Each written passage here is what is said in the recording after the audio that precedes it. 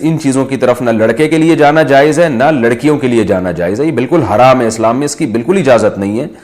سورہ قد افلح المؤمنون میں بھی اللہ نے حکم دیا اور سورہ معارج میں بھی کہ الا علی ازواجہم، کہ مرد اپنی بیوی کے علاوہ اور عورت اپنے شوہر کے علاوہ کسی تیسرے راستے سے اپنی خواہش پوری نہیں کر سکتے، نہ ہاتھ کے ذریعے نہ کسی اور ذریعے سے۔ تو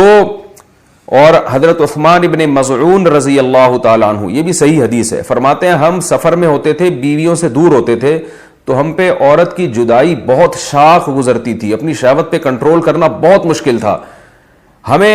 نے نبی سے اجازت مانگی کہ ہم اپنے آپ کو کسی طرح خصی کر دیں، نامرد بنا دیں، تو آپ صلی اللہ علیہ وسلم نے اس سے منع کیا ہمیں۔ اب آپ دیکھیں حضرت عثمان ابن مظعون اتنی شدید کنڈیشن میں کہ اپنے آپ کو نامرد کرنے کے لیے وہ تیار ہو گئے تھے۔ فرمایا، حدیث کے الفاظ ہیں لو اجازنا لاختصینا، اگر نبی ہمیں پرمیشن دے دیتے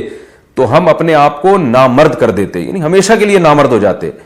تو اس قربانی کے لیے بھی حضرت عثمان ابن مظعون تیار تھے کہ اتنا خطرہ تھا ان کو، لیکن نہ انہوں نے نبی سے پوچھا کہ کیا میں ہاتھ سے اپنی خواہش پوری کر سکتا ہوں، نہ نبی نے ان کو بتایا کہ تم یعنی ہاتھ کے ذریعے مجبوری میں اپنی خواہش پوری کر لیا کرو، نہ نہ نہ نہ نہ، نبی نے ان کو بھی حکم دیا ایسے موقع پہ تزوجوا الودود الولود فانی مباہی بکم الامم، محبت کرنے والی عورت سے اور اولاد جننے والی عورت سے نکاح کرو، میں تمہاری کثرت پہ قیامت کے دن فخر کروں گا۔ تو آپ صلی اللہ علیہ وسلم نے بزبان حال بتا دیا کہ یہ جو اللہ نے تم پر، مرد پر اتنی شہوت مسلط کی ہے، خواہش مسلط کی ہے، اس کی وجہ یہ ہے کہ اللہ نسل چاہتے ہیں کہ مرد اور عورت کا ملاپ ہو۔ تو مرد اور عورت کو ایک دوسرے سے دور رہنے کے لیے پیدا نہیں کیا ہے، ملاپ کے لیے پیدا کیا ہے۔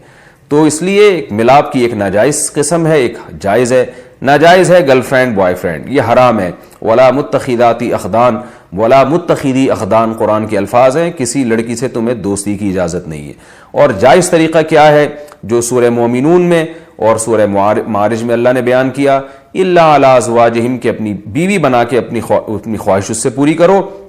فإنہم غیر ملومین، اور اللہ نے فرمایا یہ لوگ قابل ملامت نہیں ہیں۔ اگر نکاح کے ذریعے آپ خواہش پوری کرو گے تو آپ کو دنیا تو ملامت کرے گی، لیکن اللہ کی نظر میں آپ کو سرٹیفکیٹ مل گیا کہ آپ قابل ملامت نہیں ہیں۔ یہی وجہ ہے کہ علماء نے لکھا ہے کہ جو بیوی کے ذریعے بھی اپنی خواہش پوری کرے نکاح کر کے، اسے ملامت کرنا، اسے تانا دینا، اس پہ کفر کا خطرہ ہے، کیونکہ اللہ نے اس کو سرٹیفکیٹ دے دیا ہے کہ بھئی یہ قابل ملامت نہیں ہے۔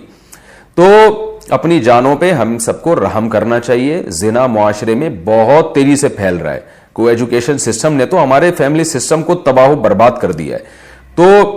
اللہ میاں نے جو اجازت دی ہے الا علی ازواجہم او ما ملکت ایمانہم، اور کیا فرمایا فمن ابتغى وراء ذلک، جو نکاح کے علاوہ، اللہ نے ذالک جو ہے نا اس میں اشارہ ہے، ہاتھ سے اشارے کے وقت یہ ذالکہ کا لفظ استعمال کیا جاتا ہے، گویا اللہ نکاح کی طرف نا بیوی کی طرف اشارہ کر کے کہہ رہے ہیں کہ اس کے علاوہ کوئی اور راستہ اگر تم نے اختیار کیا، یہ کیوں گویا ہاتھ سے اشارہ کیوں؟ پتہ چل جائے بس یہی حلال ہے، ہینڈ پریکٹس حلال نہیں ہے تمہارے لیے، اسی طرح کسی اور راستے سے اپنی خواہش پوری کرنا حلال نہیں ہے تمہارے لیے۔ تو اس لیے اللہ نے بتایا صرف یہ بیوی ہے، صرف یہ ہے، اس کے علاوہ کوئی بھی راستہ اختیار کرو گے فَأُولَئِكَ هُمُ الْعَادُونَ، یہ لوگ اللہ کی حدود کو توڑنے والے ہیں۔ تو یاد رکھیں کسی مفتی کے فتوے کی بیس پہ یا کسی اسکالر کے فتوے کی بیس پہ یہ اس کو جو ہینڈ پریکٹس ہے اس کو حلال کرنے کی اجازت نہیں ہے۔ قرآن میں اللہ نے بہت واضح فتویٰ دیا۔